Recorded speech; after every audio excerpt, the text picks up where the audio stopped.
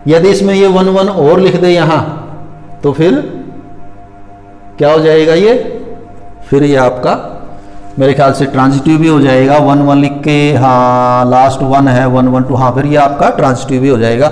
लेकिन इसमें क्योंकि 1 1 नहीं है, this means this relation is not transitive. ये रिलेशन ट्रांजिटिव नहीं है, तो केवल एक क्वालिटी है इसमें कि this relation is symmetric, it is neither reflexive nor transitive, कि ना तो ये रिफ्लेक्सिव है और ना ही ये ट्रांजिटिव है।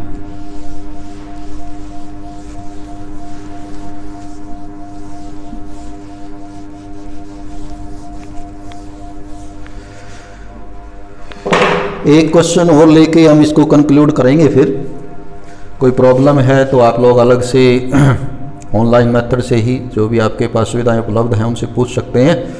तो कोई भी एक और ले लेते हैं, चलो लाइन वाला ले लेते हैं या ट्रायंगल, सभी कोई भी इसमें ऐसा नहीं है कि जिसमें मामूली भी अंतर हो, सिर्फ शब्दों का 2-4 शब्दों का हेर फेर है। तो चलिए पॉलीगन वाला ले लेते हैं। 13th क्वेश्चन है, 13वां। क्या क्वेश्चन है? So that the relation are defined in the set A of all polygons, कि जो सेट है आपका वो किसका है? All polygons. पॉलीगन्स बहुभुज, त्रिभुज, चतुर्भुज, पंचभुज, सभी तरह की इसमें पॉलीगन्स हैं, वो सेट है। उस सेट में जो दूसरा सेट आपका वो भी यही होगा। तो आप एक रो से सोच सकते हैं कि उसमें ऑर्डर्ड पेयर में आगे त्रिभुज, पीछे त्रिभुज या चतुर्भुज, इस तरह से ऑर्डर्ड पेयर बने हुए हैं। फिर उनमें से इसने रिलेशन छांटा है। क्या रिलेशन छांटा है? रिलेशन इसने छांटा उनमें से R is equal to P1 P2, एक एलिमेंट P1 एक एलिमेंट P2, P1 P2 इस R में है और P1 P2 में क्या दोनों में गुण है? P1 P2 have same number of sides. P1 P2 have same number of sides. Number of sides बराबर है। कहने का मतलब यहां पर तो जैसे त्रिभुज और चतुर्भुज का ऑर्डर्ड पेयर भी है, लेकिन वो यहां नहीं आएगा। यहां सिर्फ किसके आएंगे? जैसे त्रिभुज त्रिभुज का, चतुर्भुज चतुर्भुज का, पंचभुज पंचभुज का, ऐसे ऑर्डर्ड पेयर सारे आएंगे जिसमें सेम नंबर ऑफ साइड्स हैं। तो इसमें वो छठ के नीचे आ जाएंगे, बाकी छूट जाएंगे। त्रिभुज चतुर्भुज का, चतुर्भुज पंचभुज का, वो सभी छूट जाएंगे। तो ये जो रिलेशन आएगा ये कहता है प्रूव कीजिए कि it will be N equivalence relation. तो हम शुरू करते हैं। सबसे पहले रिफ्लेक्सिव। क्या करेंगे, कहां जाएंगे, क्या लिखेंगे? रिफ्लेक्सिव के लिए सेट से कोई एलिमेंट लेंगे। ये हमारा सेट है एनी पॉलीगन। तो आप लिखें let A is any element of set A, और ए इज एनी पॉलीगन। आप इसको यूं भी लिख सकते हैं कि let A is any polygon. Then can we, तो इसने P1 P2 से डिनोट किया है, तो हम भी ए की बजाय इसको P से ही लिख लेते हैं कि let P is any polygon in this set. तो क्या हम यहां जैसे या P1 नाम दे लेते हैं इसका, तो P1 लिख सकते हैं क्या? इसको लिख सकते हैं। कैसे? P1 will have same number of sides. P1 में साइड जो है वो इक्वल होंगी। क्यों इक्वल होंगी? क्योंकि पॉलीगन ही वही है। जो पॉलीगन ये है वो ये है। यदि ये त्रिभुज है तो ये भी त्रिभुज है, ये चतुर्भुज है तो ये भी चतुर्भुज है। पॉलीगन ही एक लिया हमने। तो if P1 is any polygon then P1 will have same number of sides, and if these two will have same number of sides then this ordered pair will be a member of this relation. तो ये P1 इसमें आएगा। अब P1 हमने arbitrary ली है, इसमें सभी polygons आ चुकी हैं। कहने का मतलब A belongs to R for all belongs to A clear हो जाता है। It means this relation is reflexive. Is this relation symmetric? Symmetric. Symmetric में एक ऑर्डर्ड पेयर ले लें कोई। Let P1 P2 is any ordered pair in this relation. ये यहां से लेना है कि कोई ऑर्डर्ड पेयर यहां पर है P1 P2। तो आपको प्रूव करना है कि P2 P1 भी यहां पर होगा, इसका उल्टा। और वो कैसे प्रूव करेंगे? इसका मीनिंग लिखेंगे। क्या मीनिंग बनेगा इसका? इसका मीनिंग बनेगा P1 and P2 have same number of sides. और इसी बात को आप यूं भी लिख सकते हैं कि P2 and P1 have same number of sides, meaning ही है कि ये दोनों का। और इसका हम ऑर्डर्ड पेयर में लिखें तो ऐसे लिख सकते हैं कि P1 P2 will be a member of R and it means this relation is symmetric also. Third is transitive. Transitive में दो ऑर्डर्ड पेयर लिखने हैं तो दो ले लेते हैं हम। पहले ले लेते हैं, एक ले लिया हमने P1 P2 और एक और ले लेते हैं, लेकिन उसमें ये फर्स्ट एलिमेंट उसका P2 लेना है। Next let us say it is P3 belongs to R और हमें प्रूव करना है P1 P3 will also be a member of this relation. How? P1 P2 belongs to R means P1 and P2 have same number of sides. P1 P2 में बराबर sides हैं, ये त्रिभुज है तो ये भी त्रिभुज है। और नीचे वाले का क्या मीनिंग होगा P2 P3 कि P2 and P3 have same number of sides. और इन दोनों का कंक्लूजन ही क्या आएगा? P1 में उतनी ही साइड है जिसमें इतनी P2 में है, P2 में उतनी ही साइड है जितनी P3 में है। It means P1 and P3 will have same number of sides. और फिर इसको आप ऑर्डर्ड पेयर की फॉर्म में लिख देंगे, क्योंकि P1 और P3 में सेम नंबर ऑफ साइड्स हैं तो सेम नंबर ऑफ साइड्स के सारे ऑर्डर्ड पेयर इस रिलेशन में लिखे हुए हैं। तो it means P1 P3 will be member of R and R will be transitive also. So this relation satisfies all the three properties: reflexive, symmetric and transitive, and it means this relation is equivalence relation.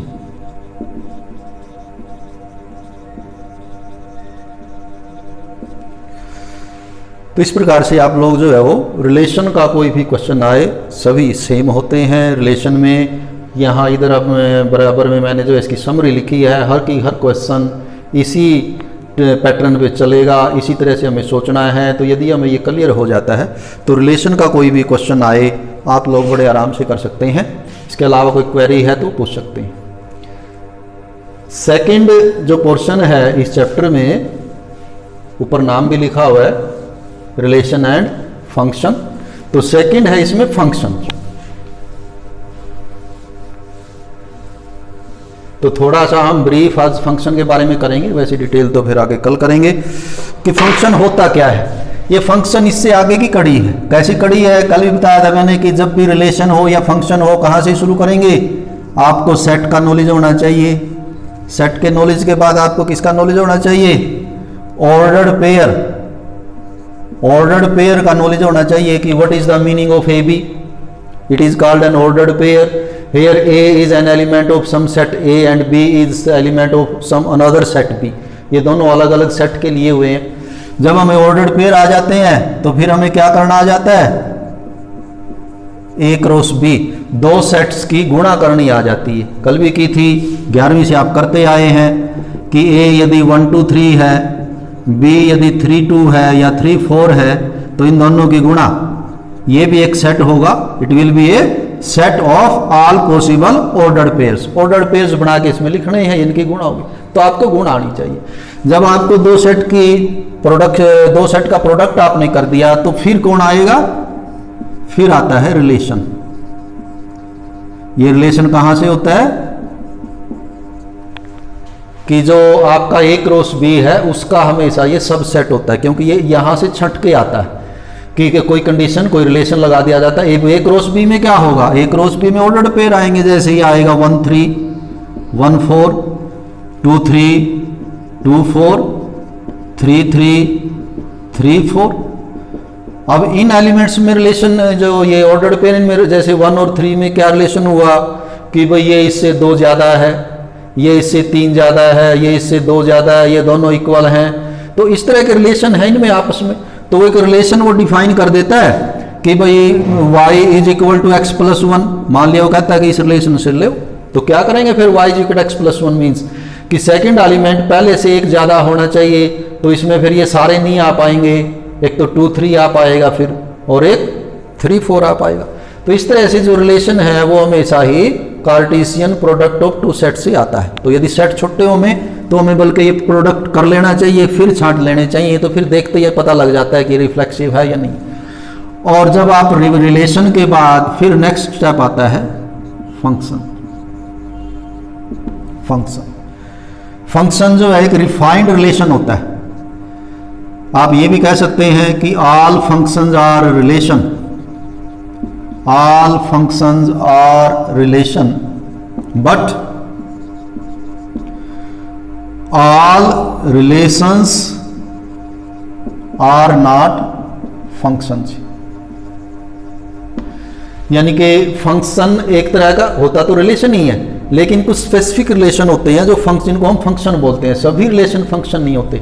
अब इसकी definition आपने 11th में पढ़ी है, यहाँ definition +2 में नहीं है क्या? जैसे रिलेशन भी क्या है, इसमें दो सेट होते हैं, इधर एक सेट होता है, एक सेट बी होता है, तो इस सेट के एलिमेंट्स का इस सेट के एलिमेंट से रिलेशन होता है। जैसे 1 का 3 से रिलेशन है, 1 का 4 से।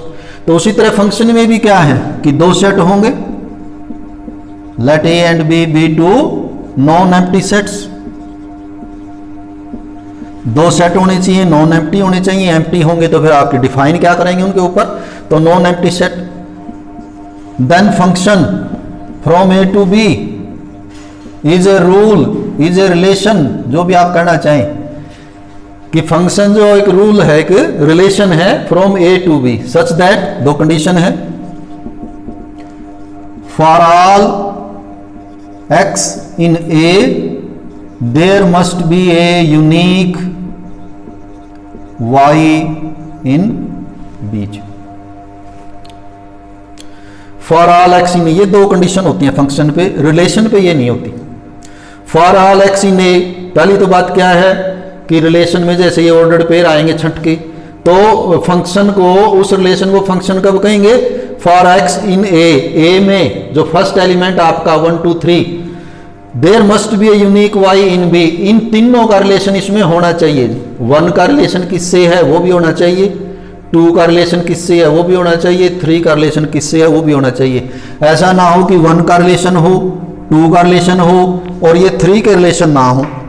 मान लिया ये 3 वाले इसमें ना हो, फिर आपको कोई पूछे कि क्या ये फंक्शन के बारे में हम सोच सकते हैं, सोच ही नहीं सकते अभी तो। क्यों? क्योंकि 1 की इमेज या 1 का रिलेशन दिया हुआ है, हालांकि डबल दिया हुआ उसको फेल कर देगा, फंक्शन नहीं रहेगा। लेकिन कहने का मतलब ये जो कंडीशन है पहली x बिलोंग्स टू a, इसका मतलब ये है कि इन तीनों एलिमेंट का यहां जिक्र होना चाहिए फंक्शन रिलेशन में। सेकंड कंडीशन क्या है, यूनिक, जो रिलेशन है वो यूनिक होना चाहिए, ये भी कंडीशन है। जैसे यहां 1 का रिलेशन किससे दिया हुआ है, 3 से, लेकिन साथ ही 1 का रिलेशन दिया हुआ है 4 से। तो यदि आपको कोई पूछे कि क्या ये फंक्शन है, तो आप कहेंगे कि ये फंक्शन नहीं है। ये रिलेशन तो हो सकता है, ये रिलेशन तो हो सकता है, लेकिन ये फंक्शन नहीं हो सकता जी।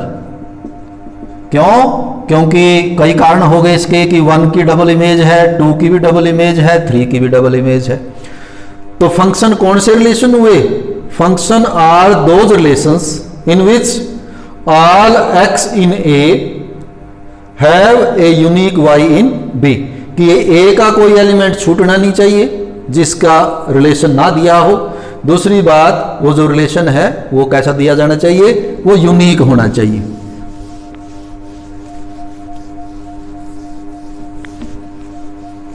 इसको आप चाहे तो आप अपनी कॉपी में नोट कर सकते हैं, ताकि ये चीजें, क्योंकि जब हम ये चीजें यूं करते हैं तो फिर हमें ज्यादा समझ में आती हैं कि ये क्या मामला है। फिर आएगा रिलेशन और लास्ट में आएगा फिर फंक्शन, कि ऐसे ऐसे हमें होता है कि जब तक सेट हम नहीं सीखेंगे, ऑर्डर पेयर नहीं सीखेंगे, गुणा नहीं सीखेंगे, तब तक हम आगे नहीं जो है इन चीज़ों को क्लियरली जो है समझ पाएंगे। तो ये फंक्शन हमने 11th में पढ़ा है। यहाँ टाइप्स ऑफ फंक्शंस के बारे में बात है जी। खैर पहले हम थोड़ा सा और क्लियर करते हैं। मान लिया आपको कोई रिलेशन दिया हुआ हो, एक सेट है ए में 2 एलिमेंट हैं, बी कोई सेट है 3 4 5, तो इनकी यदि आप प्रोडक्ट की बात करें तो प्रोडक्ट में 6 ऑर्डर्ड पेयर आएंगे, 1 3 1 4 1 5 2 3, 6 आएंगे। उनमें से मान लिया उसने छांट के यहाँ लिख दिया किसी रिलेशन के तहत 1 3 2 4 और 2 5, ये कोई रिलेशन है, छंट गया लिख लिया। आपको पूछता है क्या ये फंक्शन भी है, तो क्या चेक करेंगे? 2 चीज़ें चेक करनी है। ऑल एक्स इन ए में जो एलिमेंट है, ए में 2 एलिमेंट है, दोनों का यहाँ जिक्र होना चाहिए। तो 1 का जिक्र है, 1 का रिलेशन दिया हुआ है 3 से, 2 का भी जिक्र है, तो एक कंडीशन तो पूरी होगी कि दोनों का रिलेशन यहाँ दिया हुआ है। सेकंड कंडीशन क्या है कि वो कैसा रिलेशन होना चाहिए? यूनिक। अब यूनिकनेस चेक करते हैं। 1 का तो यूनिक रिलेशन है 3 से, बाकी तो कोई रिलेशन है नहीं, लेकिन 2 के डबल रिलेशन दिए हुए हैं। 2 का रिलेशन 4 से भी दिया हुआ है, 2 का रिलेशन 5 से भी दिया हुआ है, तो हम कहेंगे कि ये जो रिलेशन लिखा हुआ है ये फंक्शन नहीं है, रिलेशन तो है। यदि इसमें से एक हटा दें कोई सा, मान लिया ये हटा दिया, तो अब क्या हो जाएगा? ये it will be a function. कोई और लिख लें आप, मान लिया ये लिख लिया 1 4 2 3, फिर पूछे आपको क्या ये रिलेशन जो है वो फंक्शन है, तो ये भी क्लियरली क्या होगा? This relation is also a function because it satisfies both conditions of function. 1 and 2 both images have given and they are unique। तो आज के लिए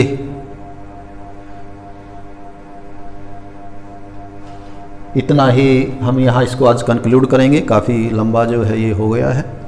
इसके आगे की जो 1.2 एक्सरसाइज है जिसमें डिफरेंट टाइप्स ऑफ फंक्शन दिए हुए हैं, +1 में भी हमने पढ़े हैं, यहाँ भी पढ़ेंगे। 1 1 फंक्शन, ऑन टू फंक्शन और इन टू फंक्शन और आपका मैनी वन, तो 1 1, तो ये सारे डिफरेंट टाइप्स के जो फंक्शंस हैं हम उनको आगे कल स्टडी करेंगे। तो और 1.2 एक्सरसाइज भी कल करेंगे। तो आज आप 1.1 एक्सरसाइज करें, थोड़ा +1 में फंक्शन के बारे में पढ़ें और +2 में जो फंक्शन के बारे में दिया वो पढ़ें, ताकि कल की जो बात है वो हमारी थोड़ा सा ज़्यादा बढ़िया तरह से आपको समझ में आ सके। तो सभी का धन्यवाद।